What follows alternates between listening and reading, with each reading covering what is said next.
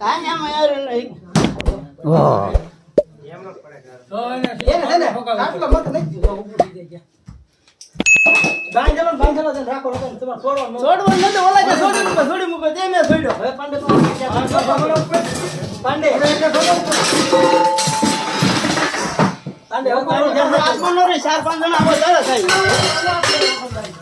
ઉધર નહીં